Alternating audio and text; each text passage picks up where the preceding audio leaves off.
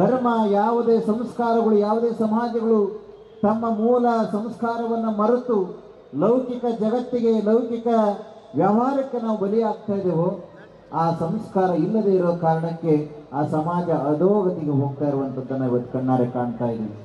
ಹಾಗಾಗಿ ಈ ದೇಶ ಅಂತಂದ್ರೆ ಶರಣರು ಹಾಕಿಕೊಟ್ಟಂತ ಮಾರ್ಗದರ್ಶನ. ಇವತ್ತು 12ನೇ ಶತಮಾನದಲ್ಲಿ ಬಸವಣ್ಣನವರು ಜಾತಿನೇ ಇರಬಾರ್ದು ದೇಶದೊಳಗಡೆ ಅಂತ ಹೇಳಿ ಒಂದು ದೊಡ್ಡ ಕ್ರಾಂತಿಯನ್ನು ಶುರು ಮಾಡಿದರು.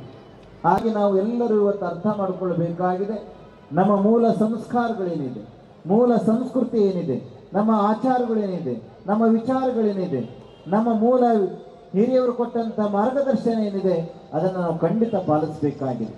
ಹಾಗಾಗಿ ತಾವೆಲ್ಲರೂ ಕೂಡ ಹಿರಿಯವರು, ದೊಡ್ಡವರು, ಚಿಕ್ಕವರು ಅನ್ನದೇ ಈ ಧರ್ಮದ ವಿಷಯಗಳಲ್ಲಿ ಸಾಂಸ್ಕೃತಿಕವಾದಂತಹ ನೆಲಗಟ್ಟಿನ ಮೇಲೆ ನಾವೆಲ್ಲರೂ ಕೂಡ ಬದುಕುವಂತ ಒಂದು ವಿಶೇಷತೆಯನ್ನು ನಾವು ಪಡ್ಕೊಳ್ಬೇಕಾಗಿದೆ.